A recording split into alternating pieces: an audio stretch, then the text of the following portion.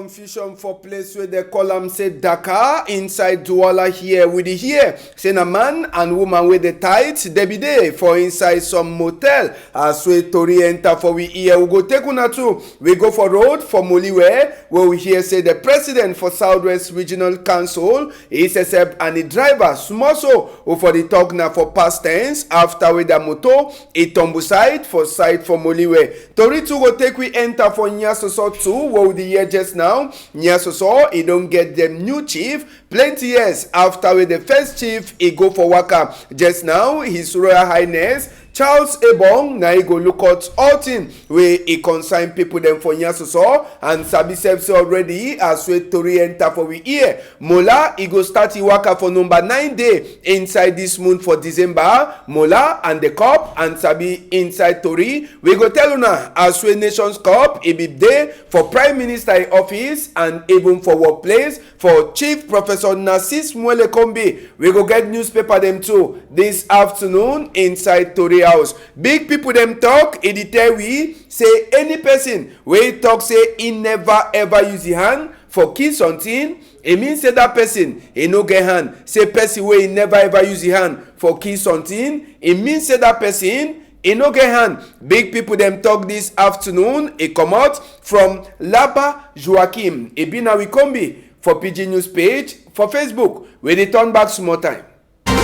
Enter for December again country people them with Kana Tori them way the enter for Tori house this afternoon for place where they call am say Dakar. Now for inside Douala here country people no been at Dakar Senegal. We have the whole place. People they be confused as we Tori enter for we ESA some man picking and woman where they be there for inside some small motel or auberge as we they call am the tight. As well then tight where they be dey enjoy themselves for inside that motel. Now so too they want come out where no be there where them too they don't tight. Just now we never fit for sabi whether na just nature where it happen or some person in hand e dey for on top the matter inside that gendarme moto. Now for they with the man and the woman they be there inside where population for Dakar all be come out for outside and as we Tori the enter for inside we hear they never fit for talk whether na just something where happen like normal or e be nothing wey e concern na some small ngrimba wey e enter for inside the matter. So Dakar e be full up this afternoon. Na Dakar for Douala, no be na Dakar for Senegal wey dey so talk. Dakar na some quarter name too for inside Douala here. So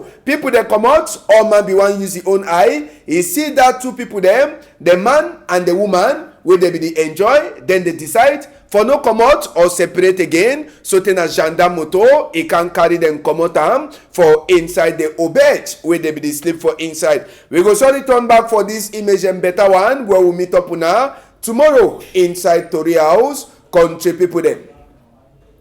Another chapter for Tori this afternoon we go for road ready go for Limbe particular place where they call am say Moliwe where would the hear just now say it dey so some accident it be happen for day it be there now for a Tuesday afternoon. Na moto for president for Southwest Regional House for Assembly where they call it say Ezakios Elango Bakuma where he be the go for side for Limbe the moto it tombosai in a driver they be there for inside that moto but lucky say no person no be die and no person no be get serious cut as we Tori enter for we ear. For now we never fit for a talk whether na plenty speed wey make am before this moto e tombosai or e be na matter wey na brakes e craze before the motor tumble side for Moliwe. Wana sabi say never overstay wey the minister wey the local development minister wey dey for decentralization and local development Elanga Obams e comot for give all the president dem for the regional house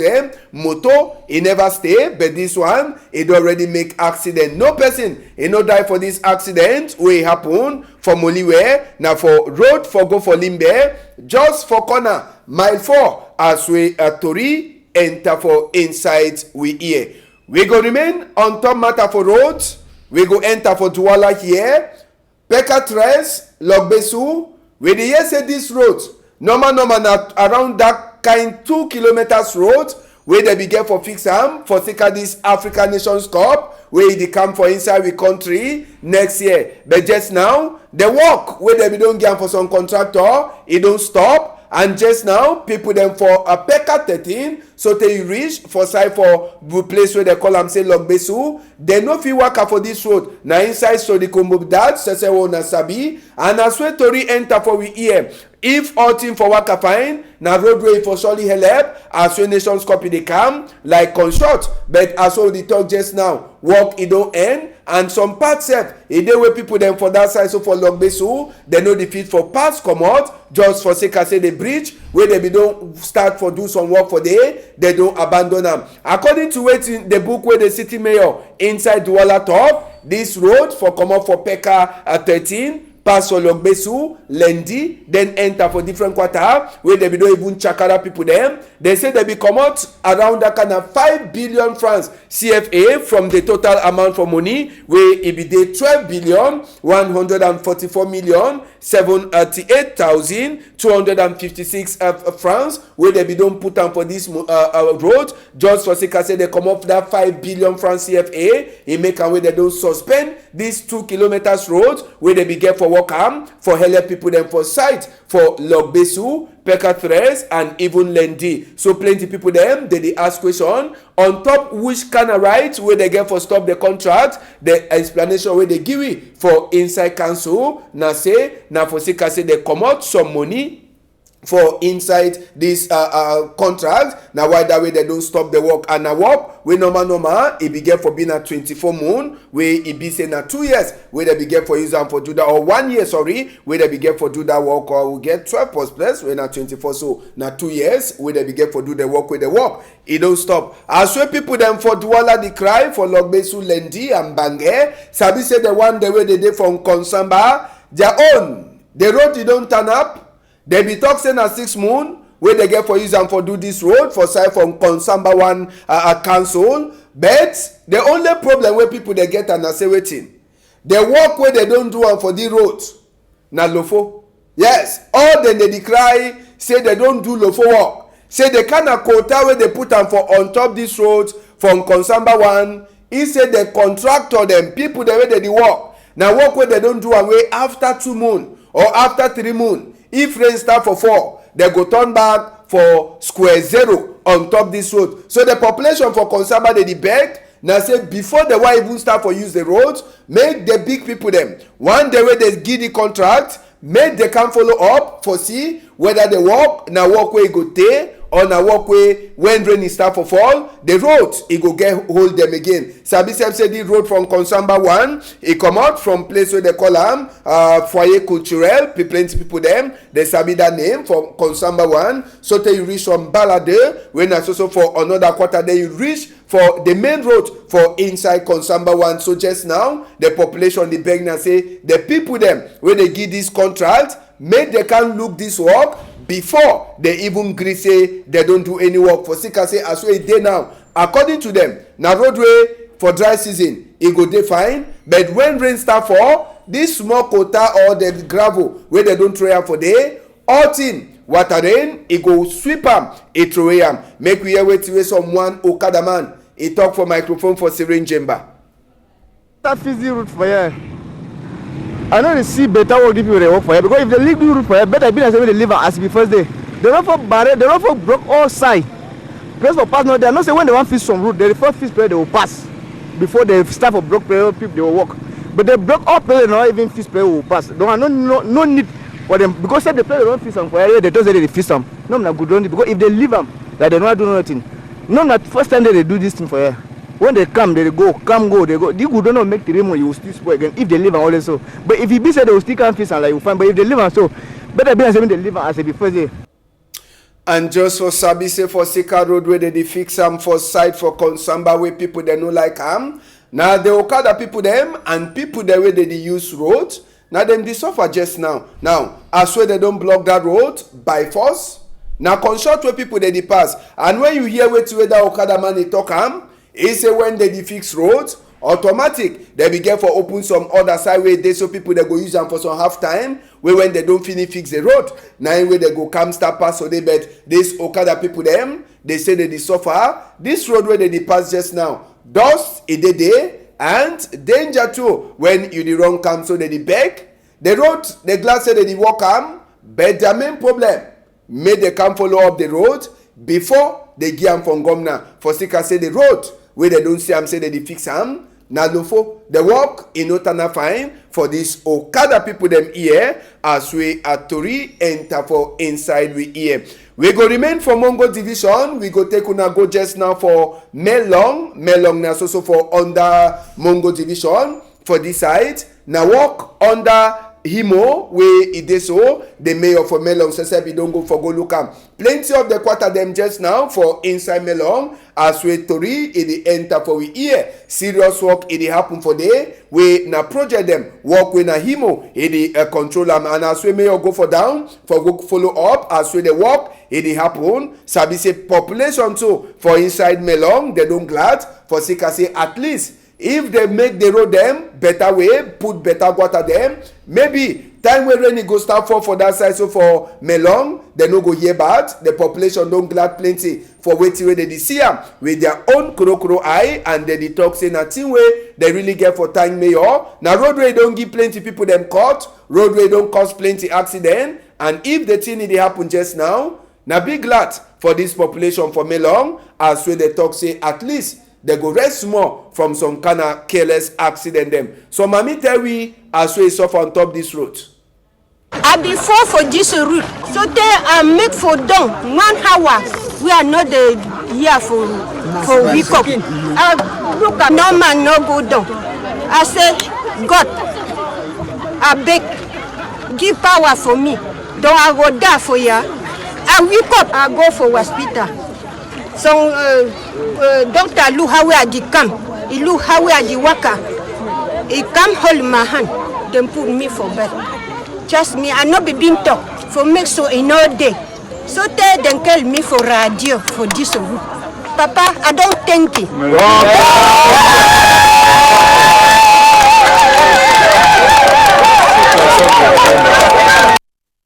They say Sideways Road he pass, na so too better thing he go follow with the hope say thing they go better for the people them for inside Melong. We go take una enter for Kupe Maningoba division for Southwest region just now, and we go talk Bangem. Wana sabi say kaka dede, coffee idede, planty idede, banana idede, cocoa idede. But just now as well with the talk. For sika say thing they don't know the work of fine. Now places where they be the lookout coffee for inside and kaka for inside Bangem. They don't abandon all thing. Road they fine. Plenty. But for carry the plenty then come out all that one them so. Now problem then that way they so councillors them and council work people them they put them for before mayor. For that side, so for inside place where they call them say Bangem. Now they begin their council session. Make we try for enter for the number 2 video on top this matter for the council session will be passed.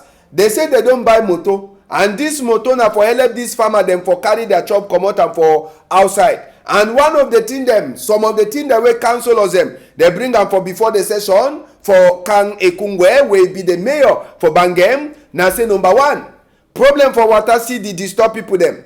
Number 2, road in never so tana fine. Number 3, water, and we get light too where the worry people them. So all the problem them so they put them for before Kang Ekungwe will be the mayor for Bangem where he don't promise say for this year where they don't vote their money where they go use them for 2022. They go try for do small work for team them where it go help plenty. We na farmer people them. Make we hear wait to some of this mommy them talk for Jackie Nomolo. See that woman this time around. But they try to give woman the farm tools. Woman they get a lot of cassava. But for processing are the problem. So we beg mayor say this time around, may struggle take loan. Agriculture may help the women there because the women they be in need. You see, if they produce chop and people don't buy, market no day, they no go help them in any way. So we beg mayor say may at least may supply farmers that woman or farm tools, make the machine the way they fit process, grind their cassava, they say they fit process into gari, water fufu, miondo, etc. It be very important for we because we did lack all those things. women that they produce cassava in great quantity, but they don't get that kind of thing. They don't get machines to produce the cassava, for produce and for gari, for that is flouring, and for watafufu. Though we don't talk for mayor, so may really follow up which way to do and for help women and the youth. And the woman them where they talk for microphone for Jackie Nomolum for that side. Just now, we go here with to Mayor Kang Ekungwe. He get for talk for we concerning a council. And like other budgets, it lay emphasis for things they like roads, water, electricity. Social projects like bringing youth together, bringing women together, organizing them, like organizing cooperatives, organizing youth groups. We council now one of those councils where you not get plenty waiting for make money. The small taxes they would collect them around for markets. They give him much for markets and for roads. They give him much. But this truck we don't buy them this time, so we'll get intention. Say it will help with plenty for two ways. One way, now say we will get more sand for Bangem here that we used to get. It will bring money too for the council because if they want money, when they carry sand for some person, small money they way they make a like profit. And from Bangem, we go waka comot for outside small. We go land for Nyasoso village, Nyasoso town, if you call them so. Now for this way population be gather, weekend we just pass, and then gando. Ebidena for put on top chair the new chief for Nyasoso, and in name His Royal Highness Charles Ebong. He don't chop chair official sabi say he don't take we the other chief. He be go waka so ngando be happen for before. Picking them for Nyasoso where they be come out for outside plenty, and all them they come now for can talk say peace where be already be there now for continue inside the peace and make all man he talk now warm up. Make we wait to hear some of the people them for Nyasoso talk for microphone for Jackie Nomolo. Get new chief when a young, strong, handsome man, and we think say that new chief will bring new vigor for the activities for our village. So we think say that new chief he will help to bring peace in the sense that he will tell people say war no be good thing. For the past 6 years, let people here don't come up from other side. So everyone man go they did for them to sort today. 2 years ago it would be possible because all man be here. But today peace don't come back. So we want to make you sustain that peace by telling people say this so peace now the most important thing. We get problems, yes, but we look for other means to solve those problems and not produce war. Since the death of the old chief we be for here, the Anglophone crisis will not be allowed people to come back home. But now with some calm become in place, we'll be very sure say a lot of things will happen that we expect say sons and daughters of Nyasoso will come back home comfortably. And the people them for Nyasoso where they be the talk for women, Jackie Nomolum, Jackie no to be take time for talk with the divisional officer for Tombell, where na the lookout Nyasoso, Yam Leona. This is how difficult to get that place because today school will go on Nyasoso, then the good thing will happen. Even council they collect revenue now for Nyasoso. The council if you collect revenue on normally, you see and say, oh we work over here. If you look around me, you don't see any serious security way they show say the thing we were supposed to do now for consolidate them because they begin them for Nyasoso, they parent them and every other person they don't understand say only thing where they want and that peace. Now why do we make them plenty of picking them for Nyasoso where they play for example, they will come out. And how we don't come out, they don't make plenty people then the other one them come out. They don't dare for Buya now. All language, all picking, all person get them for Nyasoso now say they talk na peace. King go school, man go for farm, he come back still normal. So chief, now he get for take that relay, he go for fraud. And just so Sabi say the country fashion help as well they put it on top chair. It will be a one for say make it continue for side way other people then live and make we see as well the thing happen.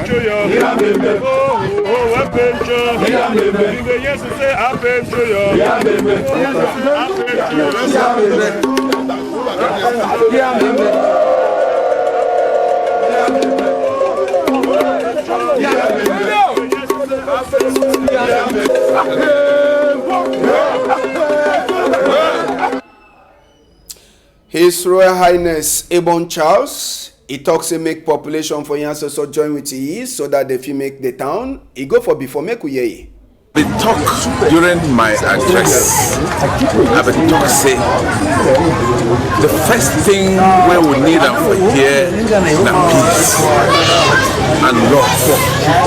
Because when there's peace and love, development will come. So I call on all my subjects, say make we remove hatred and we embrace for forgive one another and then for be united. When we be united, we will go higher heights. We will do a lot of things. When unity day, we will go places. We will reach our goals. And we will talk for one mob. And when we talk for one mob, we will do things them in a mighty way. That's what I did tell my subject and my people them where I hold them. I said time don't come. So we will join with hands together, we will move together, we will be as one. Because they say if you want waka for a long distance, waka was some man. But if you want waka quick, then waka alone. But this waka for village, it not be for one person. So it be for all of us. And as with the waka, all of us will waka for a long distance and will reach for many. We go take una come out for outside country just now. Country people them we dey hear say the big man he been an army general for side for India. He aeroplane. He make accident, country people them, na in be that, where they call it say General Bipin Rawat, when a big man for uniform work, for inside army way, he helicopter will be there inside, he make accident, so people them for India, uniform people them for side for India, they get BB losses, as way a big General Bipin Rawat, he die for plane accident. Another side, another Tory, now the die body that way they be the come out. Make we take una go for Germany country just now. As on the sea, Angela Merkel will be the German Chancellor for 16 years. Last, he don't come out. Now this man way on the sea, he own name. Now Olaf Scholz. Now he go she done just now on top chair like the big person inside Germany. So 16 years after we Angela Merkel, he be look at Germany. The Germany hand they don't change, office don't change hand. As we na man picking just now, he go look out as waiting them they pass for inside Germany after 16 years. We go enter for sports and for inside chapter for sports country people them. As so tell una it be hot for inside Ministry for Sports and Physical Education as with the African Nations Cup. The cup with 24 countries them. They go start for fight for take and go for that country. He enter for Cameroon. And this one, as one at the CM, now one way they make out with the gold. And Egypt, it be one of the country that way don't take the cup plenty since with this other nations cup become for country. And Sabi Seb say be there for before the president for local organizing committee for nations cup for Cameroon and Prime Minister for Sports and Physical Education, Chief Professor Narcisse Mwele Kombe, where he take the opportunity then Gando for talk say they so this cup we don't come for Cameroon, it shows it true. Now Cameroon, it get the right for look out that Nations Cup where they come for 2022 and Sabi to say talk say Olembe feel he go dey prepare for the African Nations Cup, the opening Gando and the opening match will go happen and people them they be glad for take small photo with the Nations Cup where it already enter inside a Cameroon and one of the people that will be follow this Nations Cup come Namola. And Mola as one of the CISO, now be the official aboki for this African Nations Cup where they come. Mola in the wear clothes where it dey like that we own country clothes them for Norwest where they call them say Grassfield. Yes, and Mola now they name that for the official aboki where they present it to for country people them for that side so for inside Ministry for Sports and Physical Education. And as soon as Sabi Mola and the cup, they be there outside country since they be the turn for the other country the way they go where they qualify for can play Nations Cup for inside Cameroon from number 9 day for January so for number 6 day for February 2022. Man who sabi say time where Mola na name for Nations Cup own Tara be na the one for Ashan, but Mola and Tara who sabi dance pass make we see Mola as well they dance.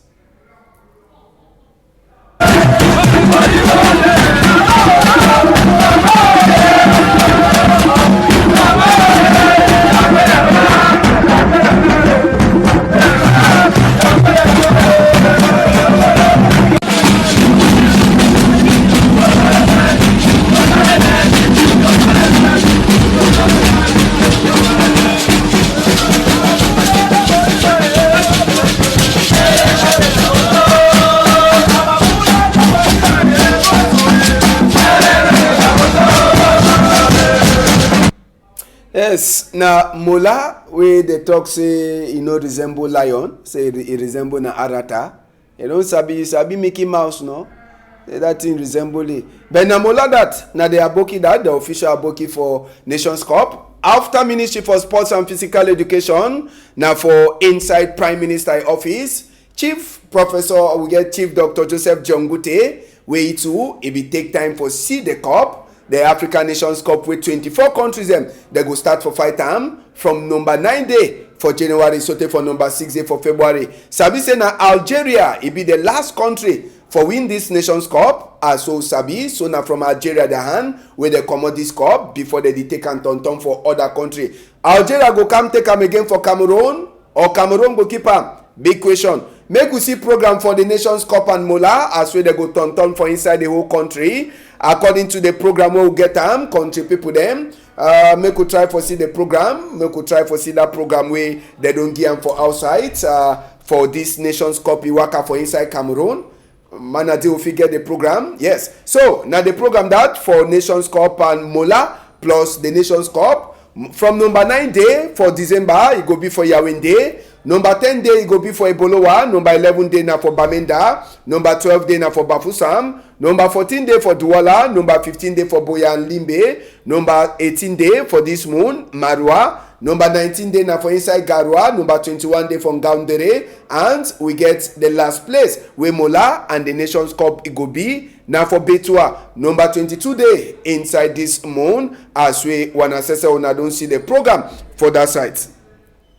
And we go talk some more on top this Ndamba wey be happen to for side for Mukundangi. Now the chief for side for Mukundangi to gather youth them for that side of Mukundangi. Now for Limbe, Fako Division woman for them for say make all people them sabi themselves. And again we be get the man Ndamba to be happen for that side for Mukundangi. According to way the chief he talk, he said this one now for make all equator them the quarter the way they do under Mukundangi. Made them sabi themselves and made them sabi who no be get for be inside quarter if some stranger he enter for them for can do bad things. So now the thing that we make them before this Ndamba self he play for this December make we hear the chief he talk for we.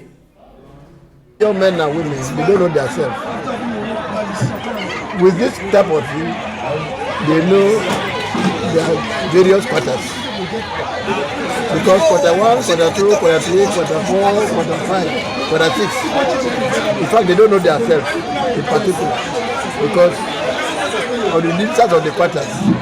With this type of organization where I belong to, if they bring that together, they know themselves. That's why I organize this tournament for village. You might not do anything without people. But what they use is more important than any other place in the village. We go see what newspaper them get and for talk for we this afternoon. We go left. We go just continue. We continue with handball and una sabi say we women handball team. They play for World Cup for women handball for that side. So for inside Spain and number 3 come out for women handball team. Number 3 loss. Again and this time now Poland the 2 teams that they never win inside the group B Poland, e catch we own country, Cameroon, in Nakam 33-18. But Sabi Seb say for inside this one, after we Cameroon, he don't fail loss for Serbia, and he lost 2 for Russia for number 1 and number 2 day for players we Usabi.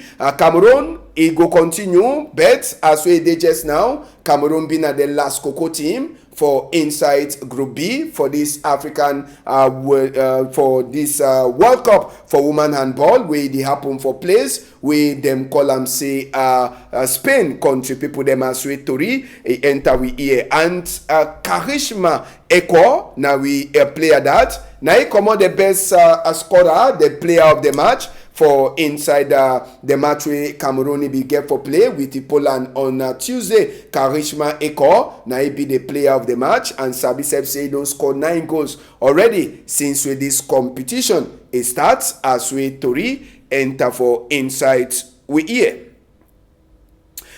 Inside the newspaper, they will get Guardian post where they outside the Terry as we Norway's House of Chiefs, the big man, the president, the fun, they don't if you go hide them inside Bamenda. You go read to a consign Samuel Etofis where they talk say be the best person for she done on top chair, like big man for Feka Foot. Nothing that with Dr. Nick Nguyam, he don't talk on a few read to a consign where they happen for Far North region, where 19 new people that they don't die for Sika fight where it happen for that side. Other to read them, una go read them for inside the Guardian post where they outside. This afternoon, country people them and Usabi Seb, other newspaper the day outside this afternoon, the Herald Tribune, the Median, and the municipal updates. We go surely turn back for day where we meet up on Thursday, country people them. Big thank you for Jeff, where he put camera for me before. Thank you, Derek. Thank you, Jonathan, Malis, Manadine, all them. They join hand for Tori for this afternoon, and if what you waka fine. And for morning time, we'll go meet up again. On a whole, I'm tight for outside country people then.